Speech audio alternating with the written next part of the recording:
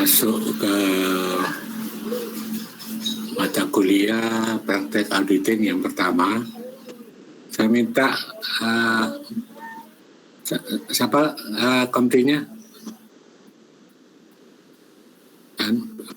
PJMK siapa? Mbak Seni ya?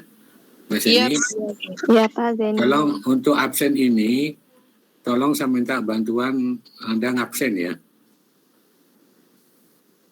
Iya Pak. Ya, absen. Jadi nanti akhir periode berikan ke saya. Jadi Anda simpan ya. Nah, untuk pertemuan hari ini saya belum masuk ke materi praktek karena Anda belum terima semua bukunya. Jadi minggu depan jadi sudah siap semua ya. Baru nanti masuk ke tentang praktek. Sekarang saya bicara tentang buku, tentang kertas kerja itu yang sudah saya kirim ke Anda ke materi hari ini. Nah, untuk sementara saya bicara yang pertama tentang RPS. Tolong langsung Anda ke pertemuan minggu 1 sampai ke nah itu ya RPS yang bukan yang pertemuan yang di bawah. Pertemuan 1 sampai terus nah ini ya. Jadi di RPS itu ada 14 kali pertemuan, cuma karena kita masuk karena masa faktor buku baru hari pertamanya hari ini, jadi mungkin kita tidak kaku dalam materi pokok, itu mungkin nanti ada yang saya gabung dalam pertemuan tertentu. Dan kedua mungkin nanti kalau karena masalah praktek audit itu penting, nanti materi untuk teori auditing yang tadi pagi, ya saya mempatkan yang penting mungkin sampai pertemuan ke-12. Jadi 2 pertemuan sisa itu saya masukkan tentang praktek audit. Ya, jadi karena ini praktek audit sangat penting ya, karena Anda sekali praktek audit sekalian paham tentang teori auditing ya. Jadi RPS ini tidak kaku, tapi ini untuk acuan Anda dalam setiap pertemuan ya. Jadi pertemuannya tidak mungkin ada yang saya gandeng atau materi kurang karena kita mulai baru sekarang. Yang poin 1 baru mulai sekarang, berarti kegeser. Saya nanti di akhir periode teori akuntansi, teori audit, mungkin pertemuan 13-14 saya masuk di praktek audit. Nah ini Anda tahu ya, sudah terima buku ya. Buku itu ada 4. Ya. Buku itu ada 4. Yang penting nanti Anda dikasih supaya jelas. Buku 1 itu apa, buku 2 itu apa, buku 3 itu apa. Walaupun di kulit itu sudah kelihatan. Jadi buku 1 itu tentang temuan bukti audit kalau kita nanti mengerjakan buku 4. Ya, jadi buku 1 temuan bukti audit kalau kita nanti bicara melakukan audit di buku 4. Ya. Jadi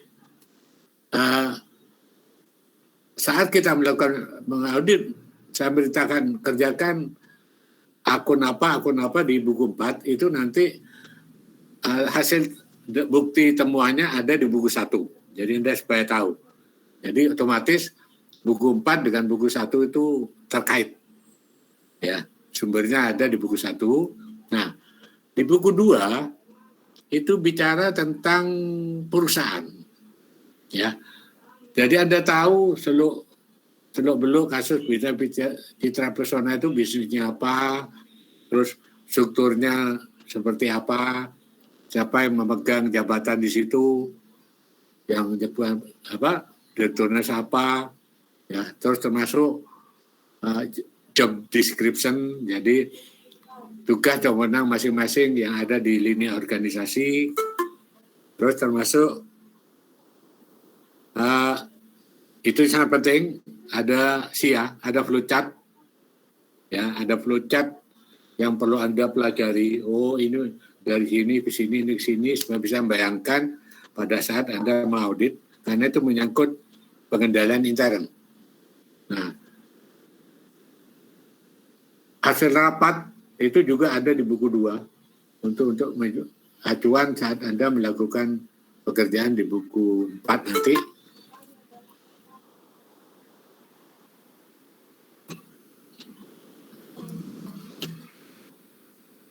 Dan di buku 3 inilah yang menjadi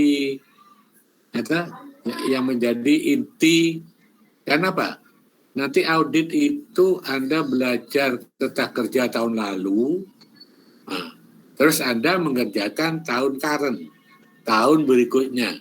Nah, tahun berikutnya itu cara menyusun model tata kerja Anda ikuti buku 3. Sedangkan bukti temuan audit ada di buku 1. Sedangkan tata kerja yang Anda hadapi untuk tahun yang current, yang tahun sekarang, itu ada di buku 4. Nah ini, jadi itu terkait satu sama lain. Terus masuk di buku 3. Buku 3 itu yang banyak nanti yang saya jelaskan. Selain itu gambaran audit tahun lalu, juga gambaran buat model kertas kerja setiap pos untuk melakukan audit di buku 4. Ya. Terus di buku 2 itu ada 2 bagian, subbagian. Yang pertama itu opini laporan akuntan.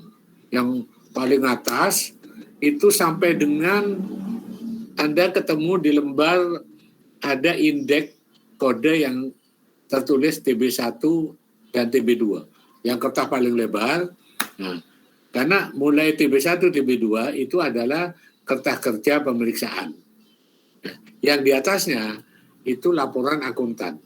Ya, kita tahu laporan akuntan kemarin waktu saya ajarkan ada bentuk short form report dan long form report. Nah, yang ada di situ, di laporan akuntan yang ada di buku 3, itu hanya ditampilkan bab 1, 2, 3. 1, 2, 3 itu apa? Yang pertama opini, pendapat akuntan atas hasil pemeriksaan tahun lalu. Terus kedua laporan keuangan.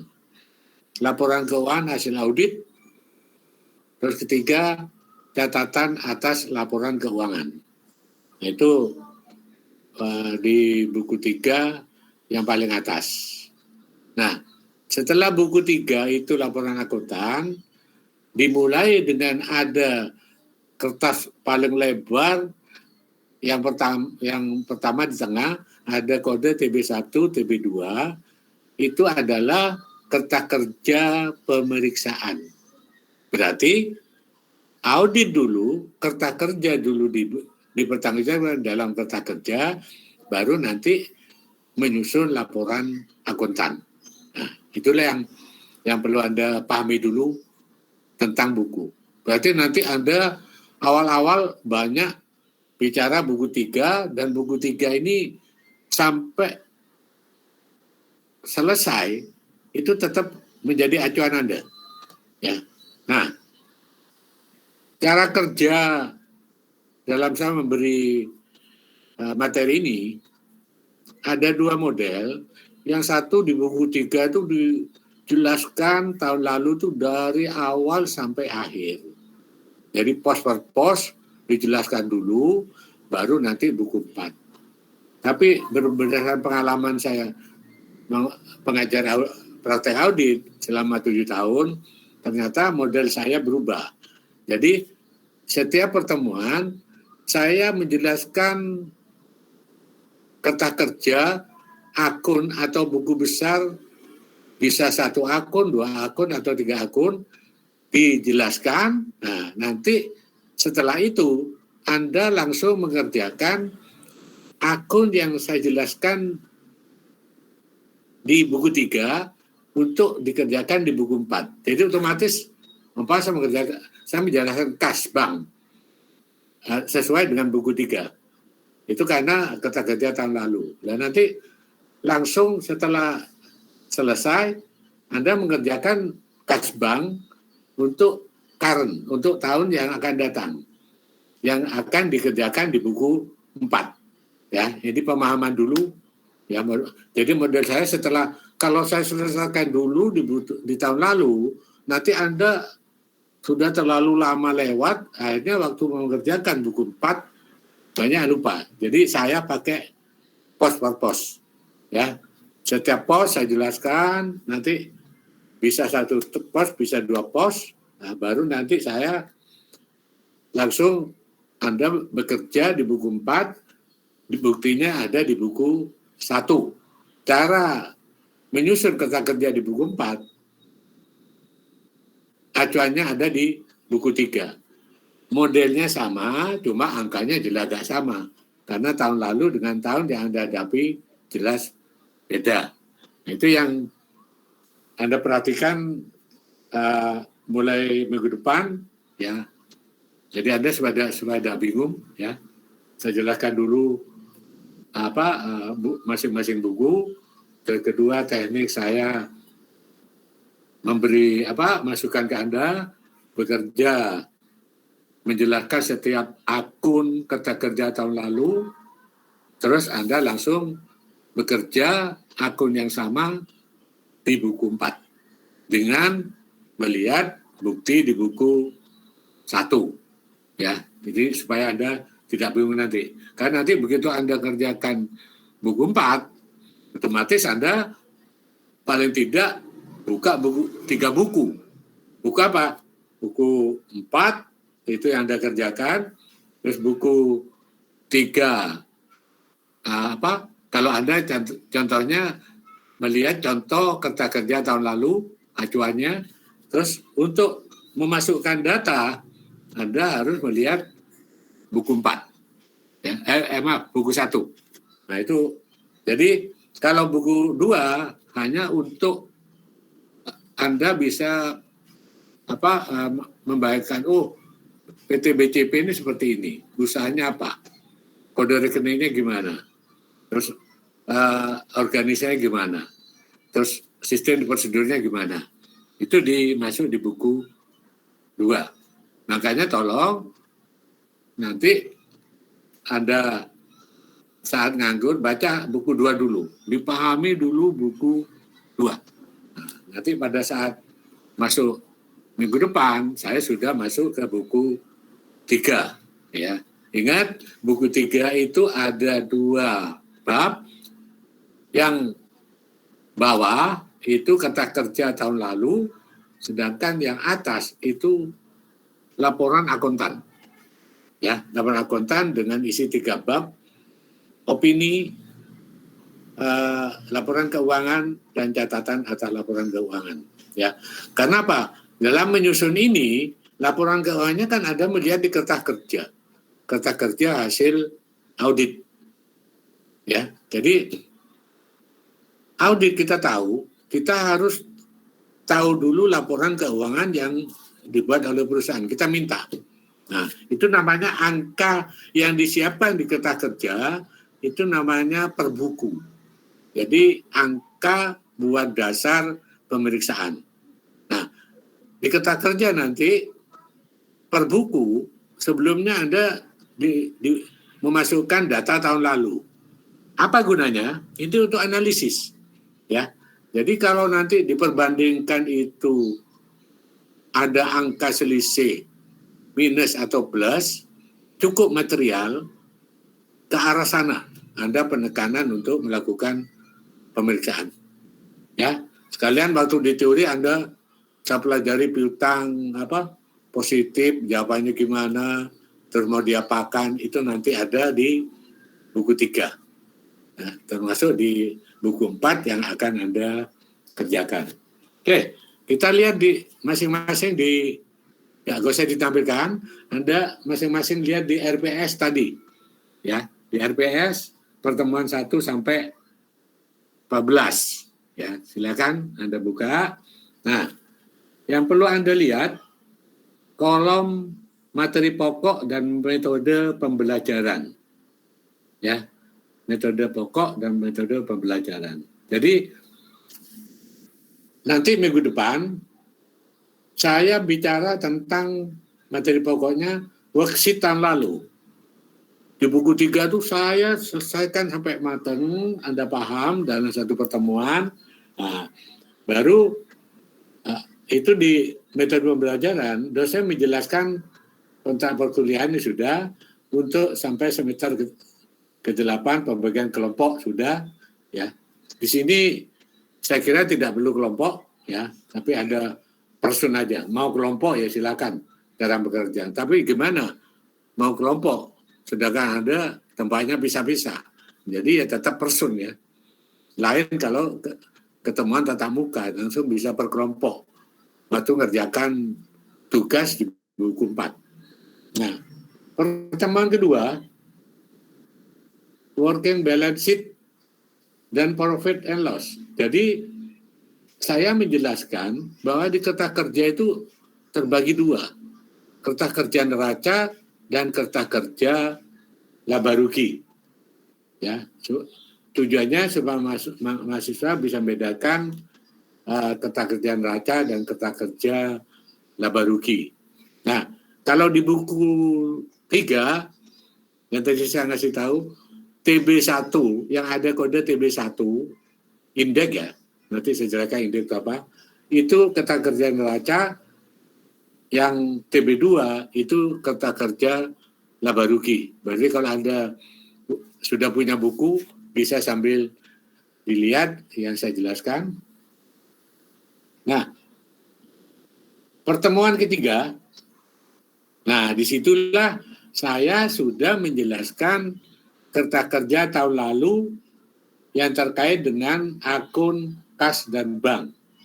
Jadi tahun lalu kertas kerja kas bank kayak apa? Nah, itu saya jelaskan.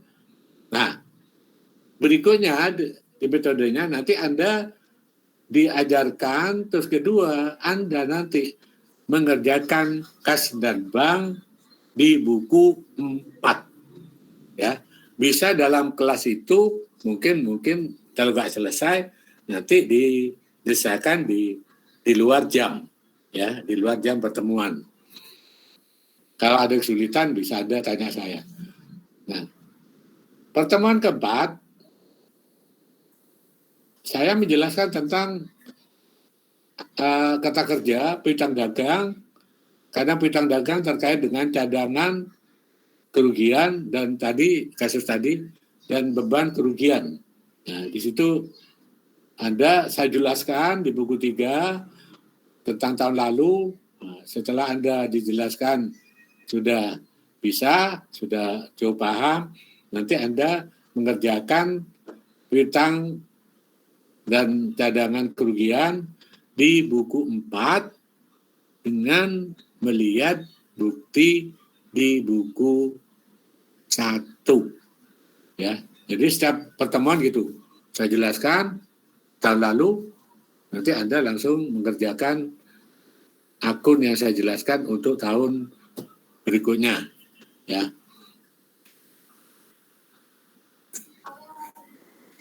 Kita masuk di pertemuan kelima.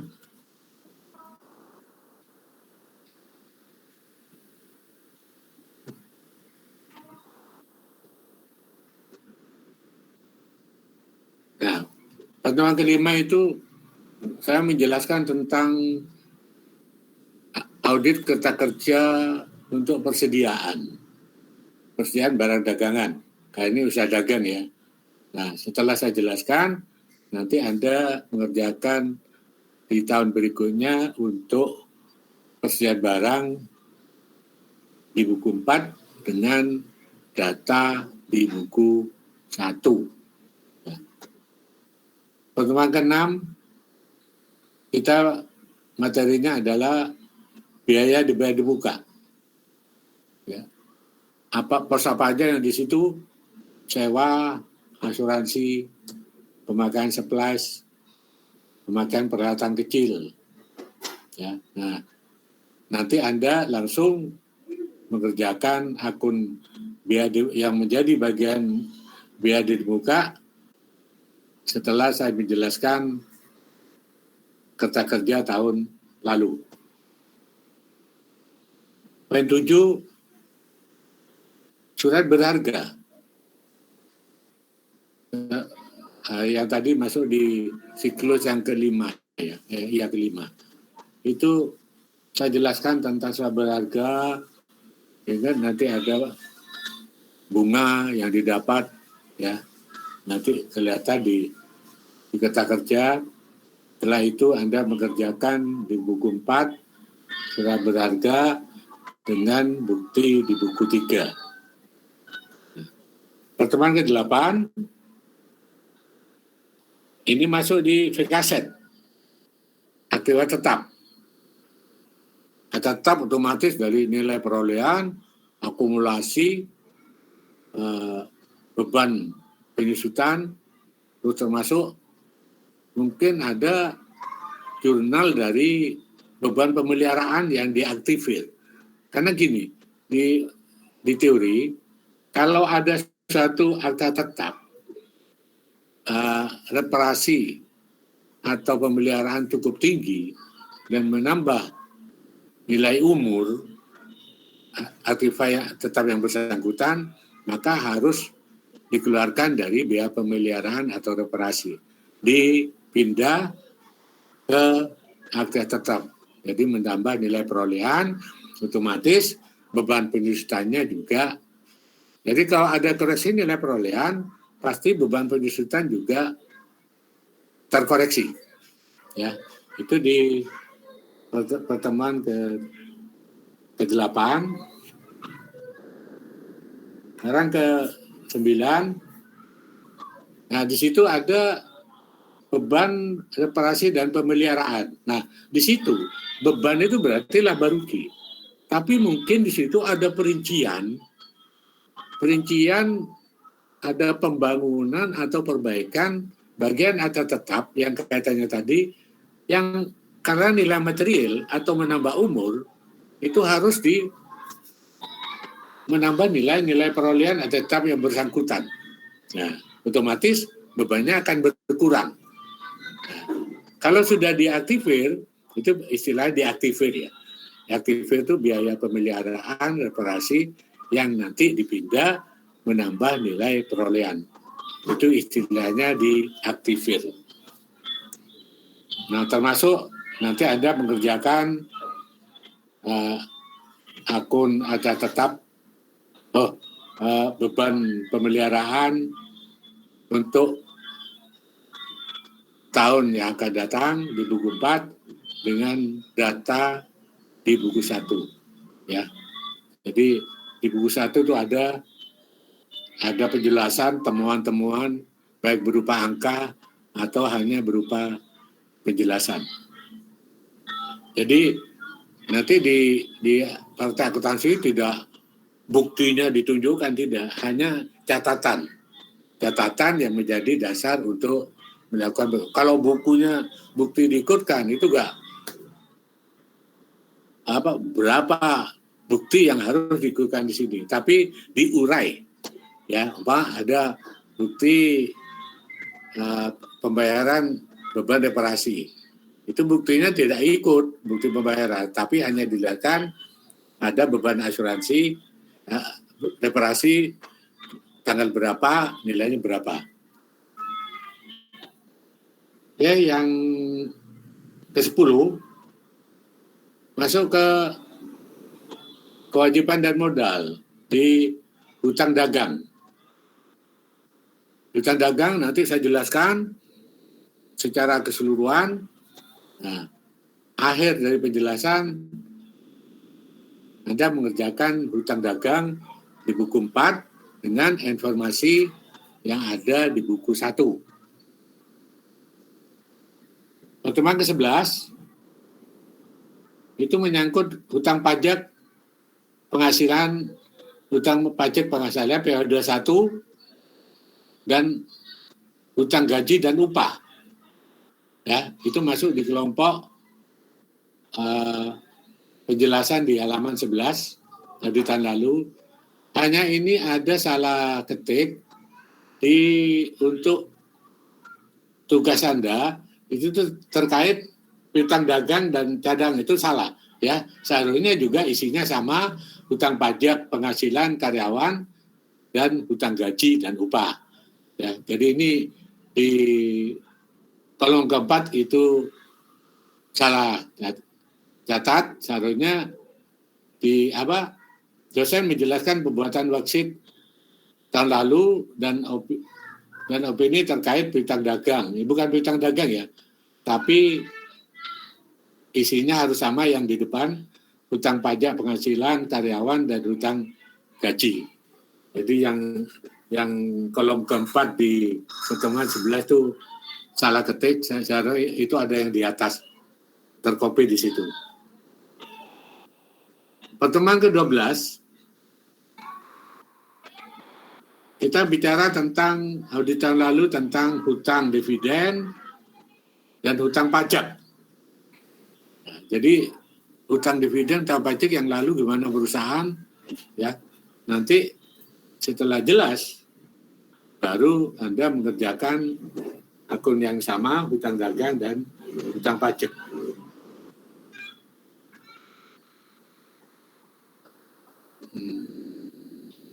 Termasuk ini, pertemuan 12, hutang pajak bumi dan bangunan, PBB. Ya. Terus yang ke-13, saya menjelaskan tentang audit tahun lalu mengenai hutang pajak penghasilan, PPh badan ini ya. Kalau di atas tadi PPh 21.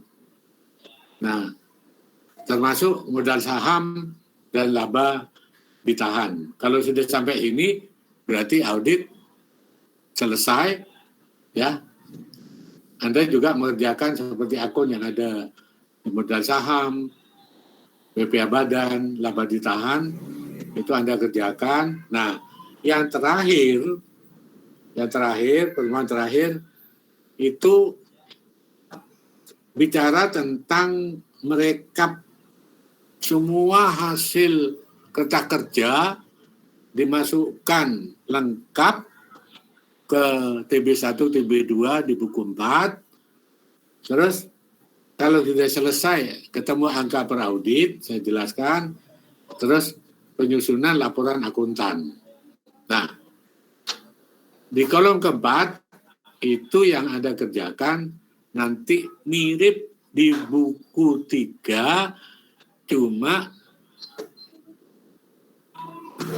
modelnya, angkanya yang berbeda. Karena audit sekarang dengan tahun lalu otomatis tidak sama. Nah, jadi yang penting nanti saya menjelaskan 2-3 akun, nah, berarti otomatis Anda kerjakan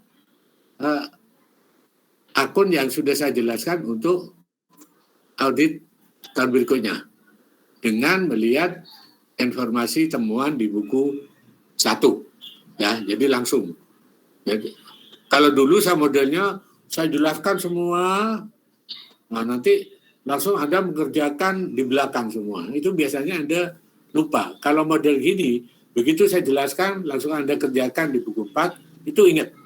Ya, jadi lebih gampang diingat, sudah tidak lupa cara menyusun peta kerja. Oke, kita masuk di tadi yang saya berikan tentang PPT 14 ya. Silakan dibuka. Bukan ini yang tadi, yang tersendiri ya.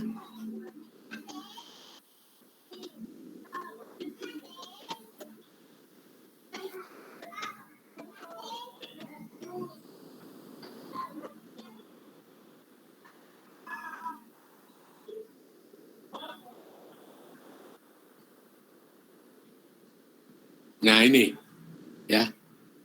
Ini saya menjelaskan sekilas tentang kerta kerja. Bentar. Nah, apa yang dimaksud dengan kerta kerja? Karena setiap auditor dalam melakukan pemeriksaan itu harus dipertanggungjawabkan dalam kertas kerja pemeriksaan. Makanya disebutkan sebagai catatan yang disimpan auditor tentang prosedur audit yang diterapkan, pengujian yang dilaksanakan, informasi yang diperoleh, dan kesimpulan tentang masalah yang dicapai dalam audit berlangsung. Jadi kemungkinan nanti ada koreksi-koreksi audit. Nah, apa manfaat kerta kerja? Itu ada 3. Dukungan utama bagi laporan audit.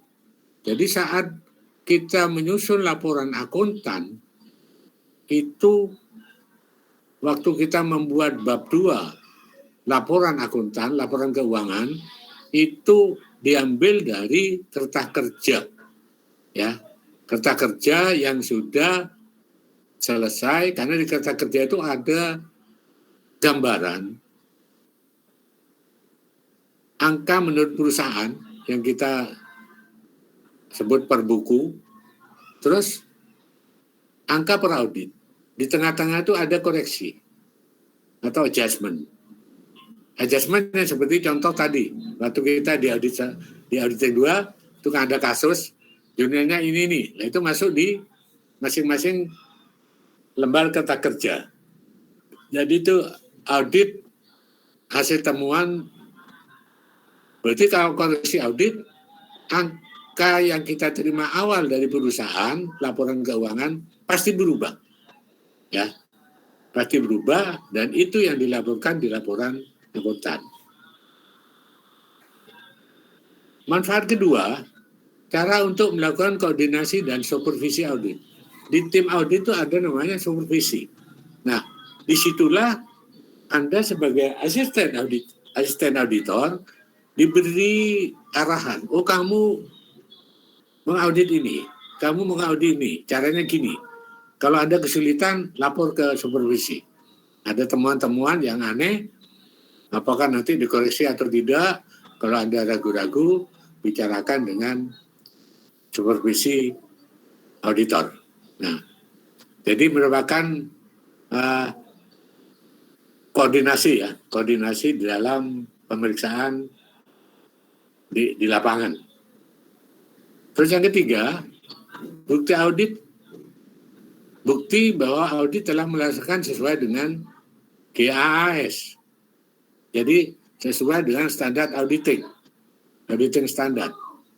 Ya, yang sekarang harus kita penuhi, pakai standarnya beda dengan yang sekarang dipakai, itu standar untuk semua akuntan baik di dalam negeri maupun luar negeri. Yang di auditing 1 sempat saya berikan ya tentang standar yang 6 dibagi dengan macam-macam. Kalau standar yang lama 3 dibagi 3 bagian, kalau yang baru dijadikan 6. Jadi sudah mengikuti etika atau aturan di dalam standar auditing yang berlaku. Jenis kertas kerja ini maksudnya bukan jenis ini, tapi susunan kertas kerja ya itu ada 4 bagian ya, bisa ada bisa tidak, tapi yang menyangkut di dalam kertas kerja itu pertama kertas kerja neraca saldo. Kalau Anda lihat di buku 1, buku 3, itu yang tadi tertera TB1, TB2. Jadi kertas neraca saldo ini yang dimaksud kertas kerja induk. Ya, kertas kerja induk itu adalah kertas kerja neraca dan kertas kerja laba rugi. Tapi ingat, neraca dan laba rugi keterkaitannya di mana? Nah, keterkaitan di laba tahun berjalan, ya, dan laba ditahan.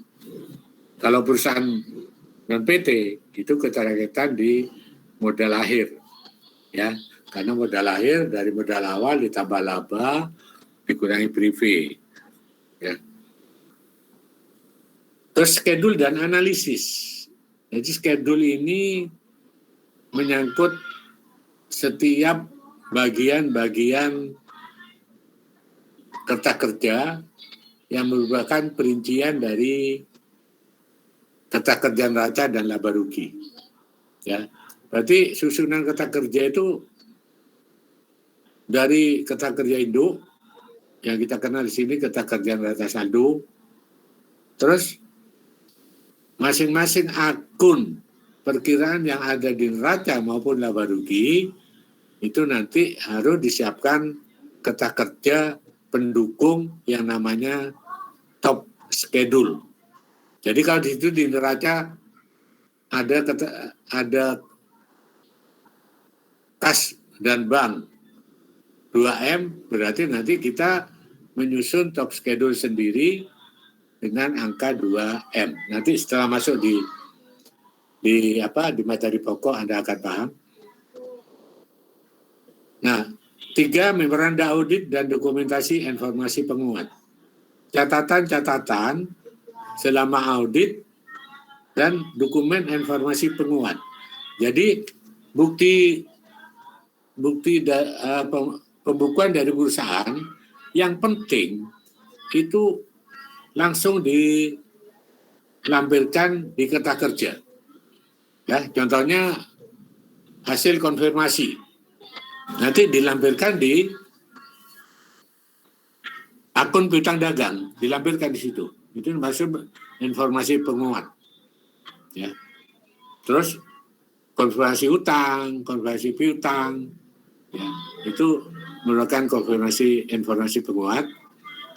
4, temuan di audit ada 2 jurnal yang dimaksud jurnal penyesuaian dan jurnal reklasifikasi. Kalau jurnal penyesuaian itu adalah jurnal audit seperti kasus tadi. Itu jurnal hasil audit yang merubah akun satu dengan yang lain. Nah, kalau reklas itu memisahkan akun yang seharusnya terpisah, tapi dalam satu pengertian. Contohnya gini, di laporan keuangan itu tertulis di hutang jangka panjang, hutang kredit investasi atau hutang bank atau hutang jangka panjang. Nah, di situ tidak bisa hutang jangka pendek. Makanya auditor harus memisah berapa yang jatuh tempo. Kenapa? Hutang jangka panjang itu masuk di kelompok hutang kewajiban jangka panjang, yang jatuh tempo itu masuk di kewajiban jangka pendek. Jadi kelompok akunnya masuk di current liabilities, masuk di hutang jangka pendek. Jadi dipisah. Jadi umpama nanti di situ waktu Anda terima laporan keuangan ada hutang kredit investasi 3 miliar. Nah, padahal di 3 miliar itu ada mungkin 500 juta itu masuk harus segera dibayar. Berarti nanti direklas ya. Dikeluarkan, timbulkan baru kredit investasi jangka pendek 500, kredit jangka panjangnya tinggal 3,5. Nah, jadi kenapa? Karena nanti kalau analisis beda ya. Dan harus ditampilkan jangka pendek yang 500 juta. Kenapa? Ini harus segera dibayar supaya jadi perhatian bagi pihak manajemen bahwa dia dalam tahun yang akan datang punya kewajiban kredit investasi harus dibayar 500 juta. Yang jangka pendek, jangka panjang tetap tersaji 3,5. Nah, itu nanti apa jurnal reklasnya? Kredit investasi jangka pendek 500, terus kredit investasi jangka panjang 500. Jadi waktu kredit investasi jangka panjang disajikan 4. Ya, ternyata mungkin ada 4 juta, mungkin 500.000 masuk jangka pendek. Atau hutangnya 4 miliar, ya, yang 500 juta atau setengah miliar itu masuk jangka pendek, harus nanti dipisah di dalam laporan. Itu yang namanya reklas. Nah, contohnya di persediaan, ada nilai persediaan, angkanya 1,5 M. Pemahaman persediaan itu seharusnya ada di gudang, ada di perusahaan. Tapi kalau sebagian persediaan masih ada di dalam perjalanan, ada dititipkan orang lain, konsinyasi, makanya persediaan tadi dipecah.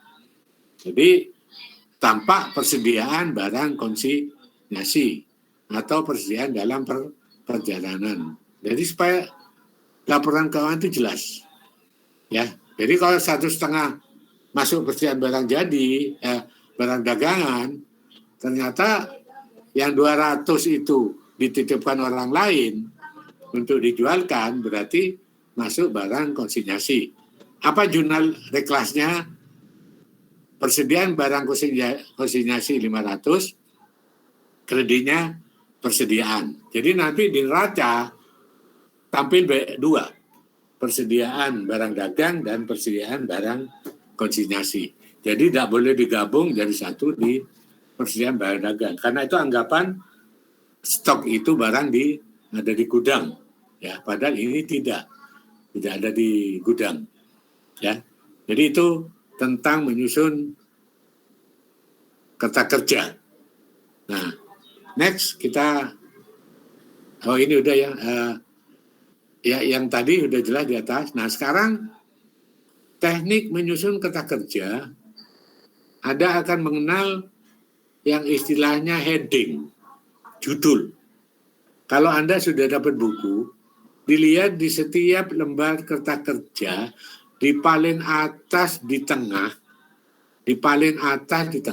itu namanya heading, judul. Nah, itu ada 3 isian yang harus diisi, bersusun. Nah, yang pertama kita isi sesuai dengan nama perusahaan. Jadi setiap perusahaan, yang di pertama mesti nama perusahaan yang kita audit. Nah, terus yang kedua, kelompok apa kerta kerja itu? Nah, contohnya kalau ada tadi kertas terang neraca saldo, yang di buku 3 ada TB1, TB2. Berarti nanti perkiraan setelah nama perusahaan ada kerta kerja neraca saldo. Nah, kalau lembar masuk di pemeriksaan kas, berarti nama perusahaan langsung di bawahnya kas. Kalau Anda bisa piutang, berarti nama perusahaan di bawahnya piutang. Nah, isian yang ketiga, paling bawah, Anda harus hati-hati. Kalau itu perkiraan neraca, Anda tulis dalam satu tanggal. 31 Desember tahun berapa yang Anda audit. Ya. Jadi satu tanggal.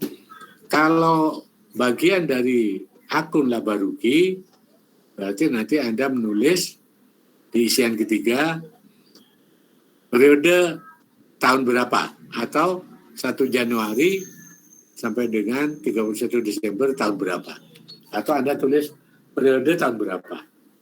Ya, jadi periode menyangkut periode awal sampai akhir. Kita tahu dalam laporan keuangan Januari sampai Desember, atau diperjelas 1 Januari tahun berapa sampai dengan 31 Desember tahun berapa. Itu di heading. Ya, jangan lupa mengisi heading. Ya kan, nanti ada kerja di buku 4, tapi bisa nyontoh heading di buku 3. Index number. Nomor indeks. Ya. Setiap lembar kertas kerja itu pasti ada indeks. Ya, indeks itu merupakan kode nomor referensi ya untuk pengarsipan. Misalnya indeksnya A1, B1 itu milik akun siapa dan seterusnya. Dan ini tersusun secara kronologis. Nah, yang ada di top schedule. Kalau di Kerta Kerja Indo, di Kerta Kerja Neraca Saldo, indeksnya bukan mengikuti bisa Anda tulis WBS atau Anda tulis TB1 untuk neraca, TB2 untuk laba rugi. Bisa lihat di buku 3 itu, ada di tengah-tengah. Ya, kalau Anda sudah punya buku bisa lihat di buku 3 itu ada indeks yang tertulis TB1, TB2. TB1 itu indeks neraca saldo neraca, terus yang TB2 indeks untuk kerja-kerja laba rugi. Ya. Jadi penjelasan dulu, nanti begitu masuk Anda baru nanti paham. Di indeks disusun awal saat kita menyiapkan Kerta Kerja Indo atau Kerta Kerja Neraca Saldo.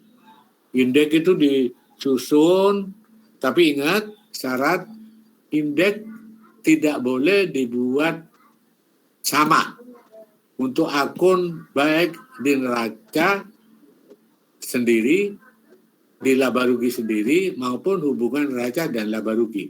Tidak boleh ada kode indeks yang sama. Ya, jadi harus dibuat sedemikian rupa supaya nanti setiap akun itu indeksnya satu sama lain tidak sama.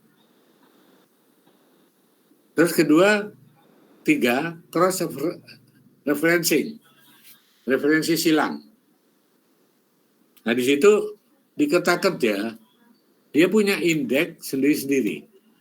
Jadi kalau ada indeks di Kerta Kerja A, ada indeks di Kerta Kerja M. Nah, nanti di M itu dia punya indeks, mungkin ada angka di M, sebagian angka di M dipindah ke A. Nah, jadi saling terkait, itu namanya cost referencing. Jadi dari mana sumber angka itu? Dalam satu set Kerta Kerja. Jadi nanti setiap lembar Kerta Kerja itu ada indeks. Jadi dia punya simbol, ya.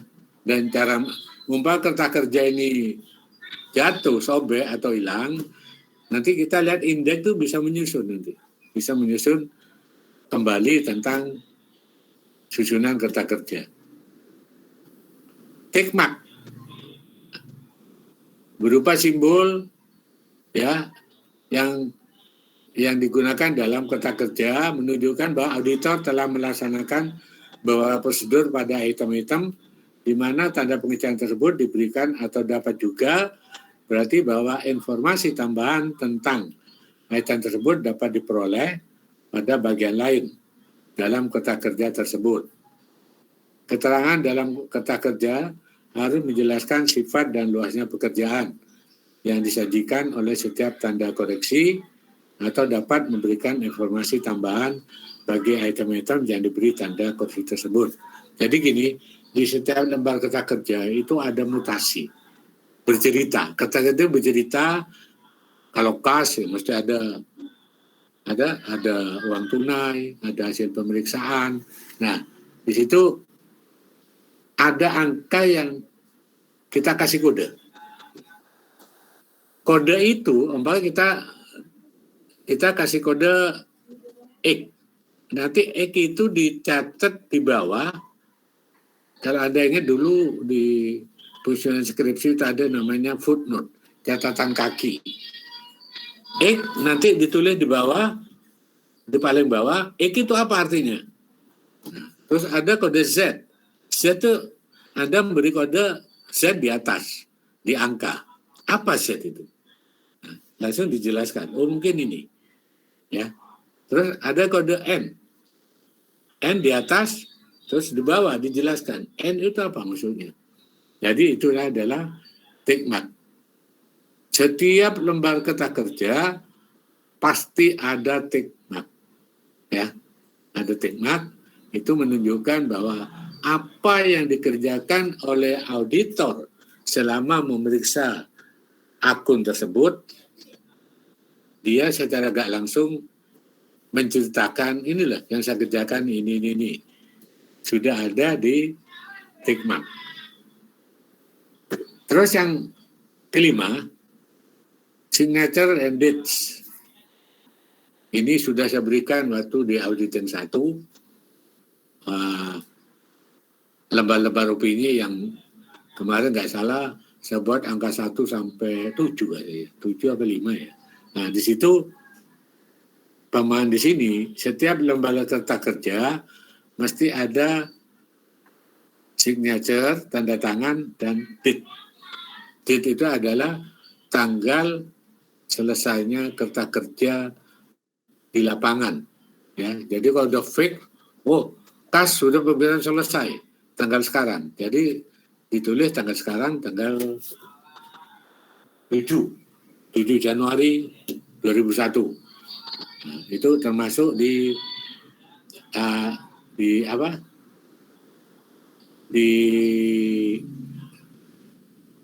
pembuatan tanggal dan paraf. Ya, beda dengan tanggal opini ya. Kalau tanggal opini, tanggal ada di depan.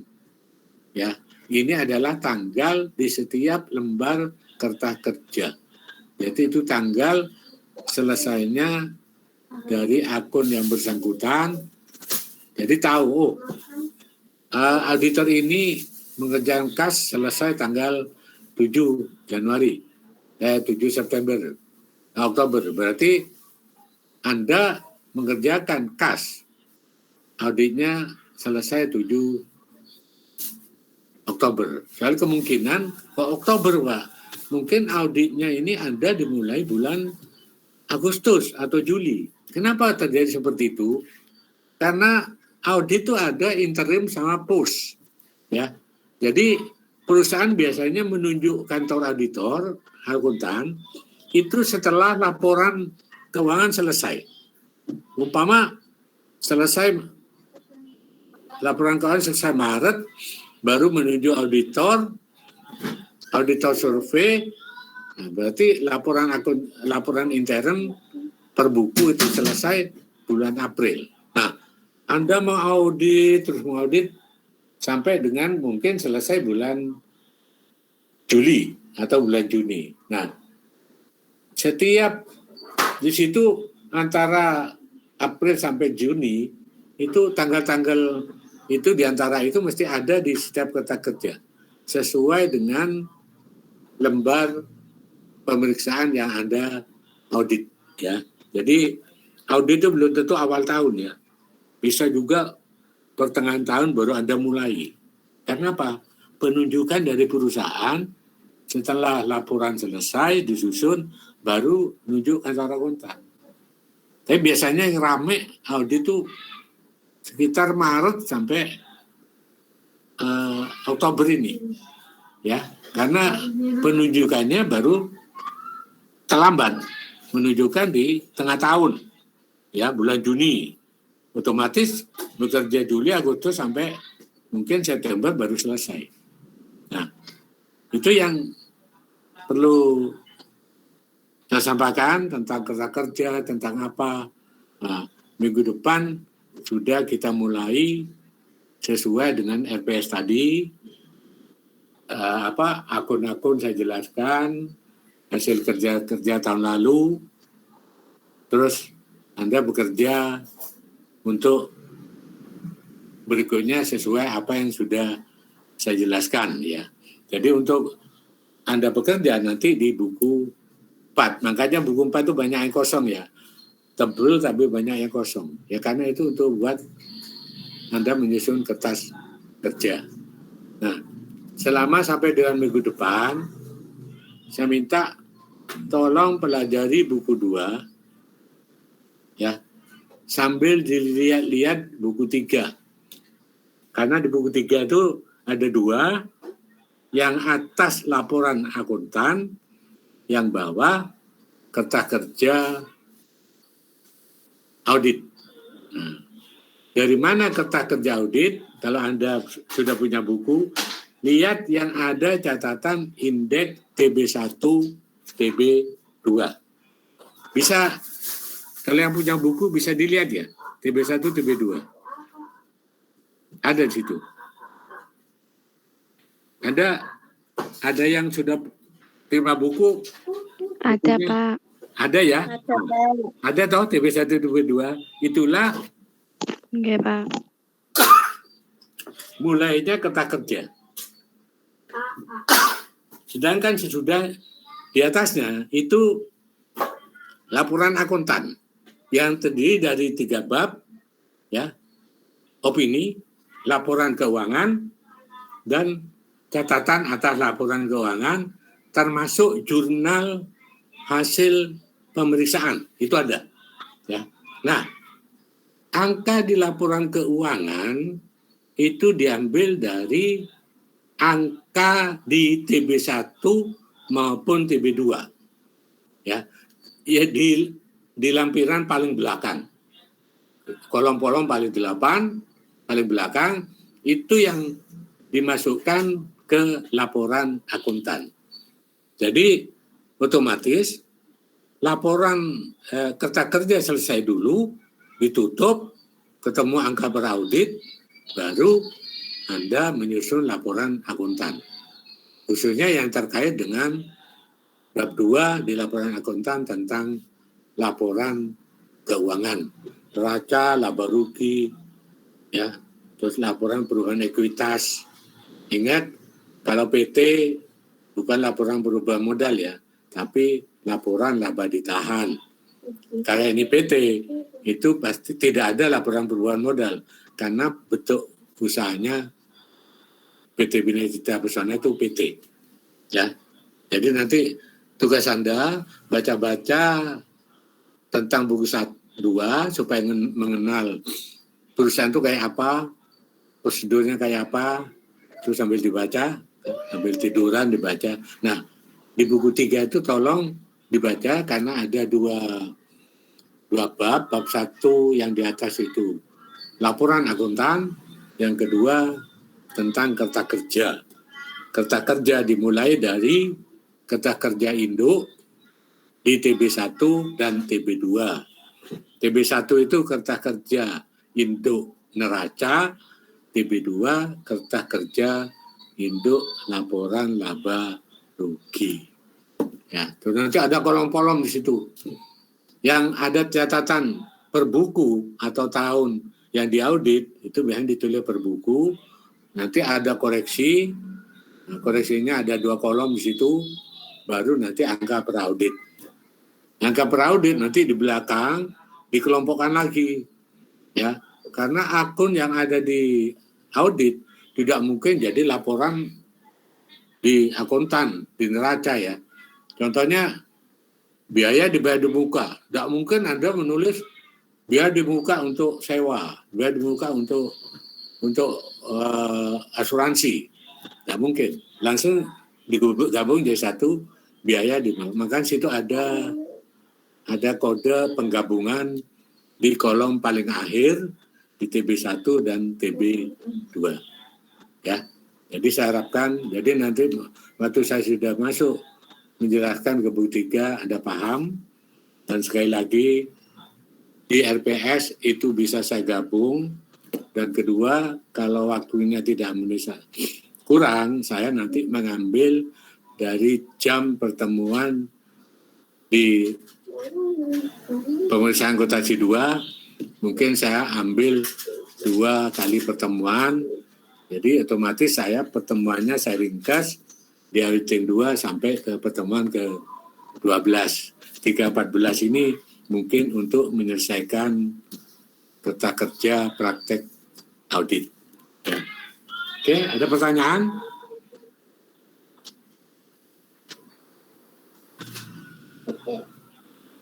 Apa ada pertanyaan saya jelaskan?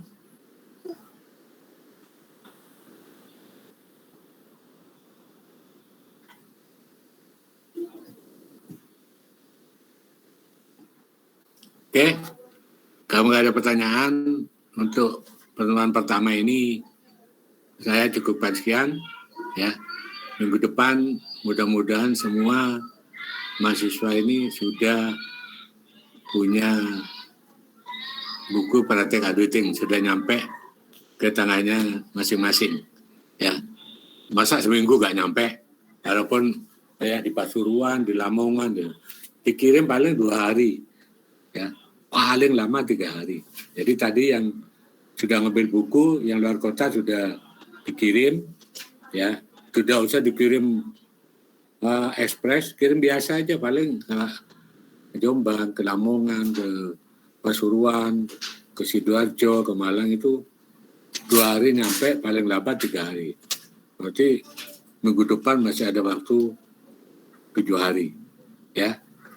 Saya kira itu. Saya Pak, untuk bukunya itu kurang 1. kurang 1 ya. Sebentar.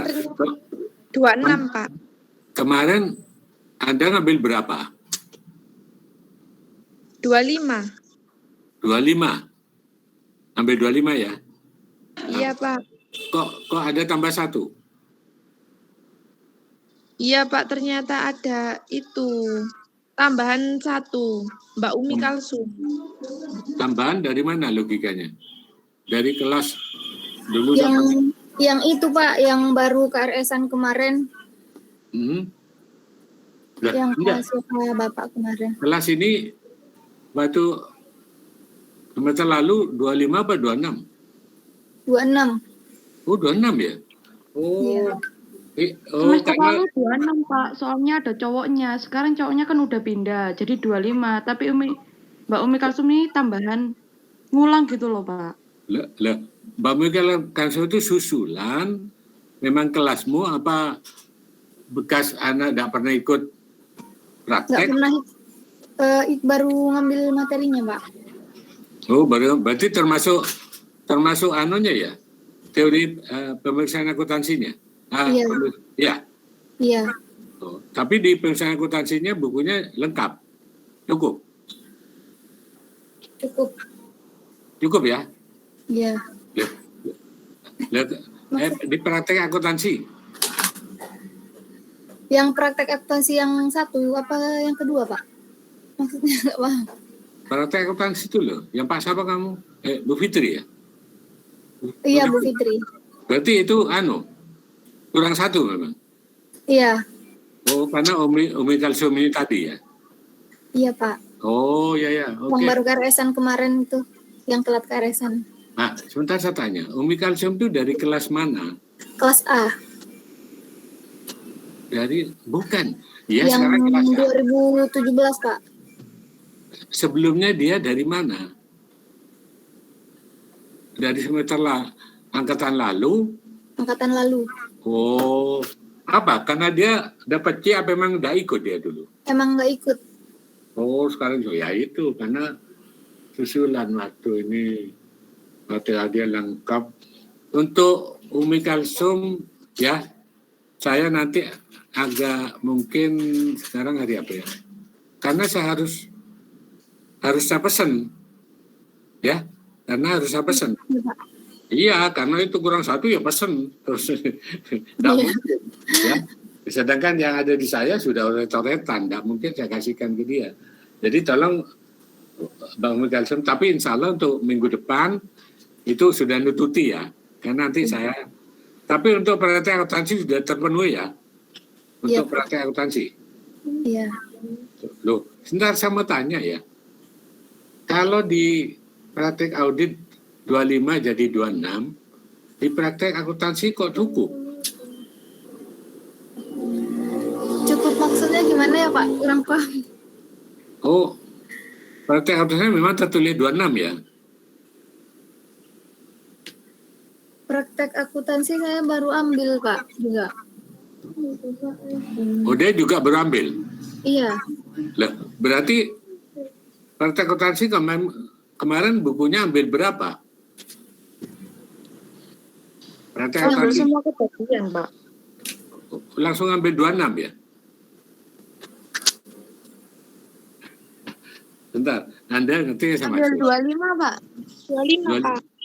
25, loh kok cukup? Ya, karena itu Pak, Alfi tidak ikut praktek akuntansi kelas A. Oh, alah.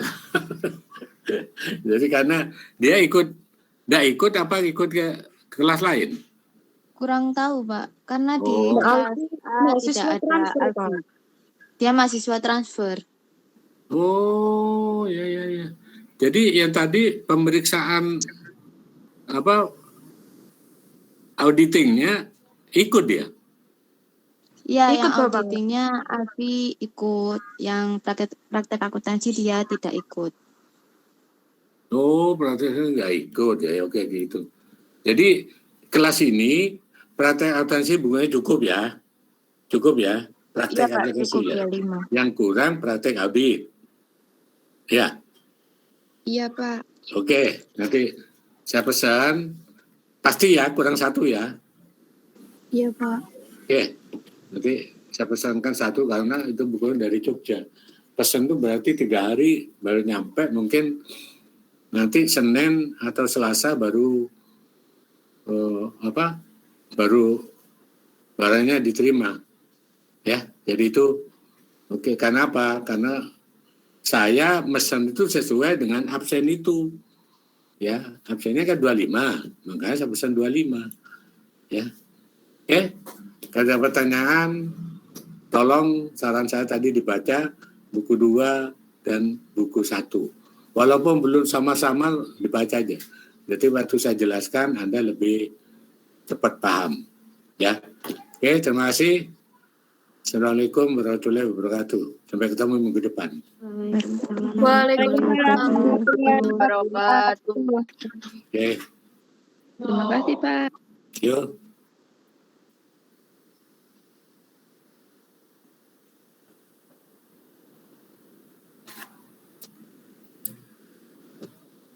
Makasih Pak. Ya, terima kasih.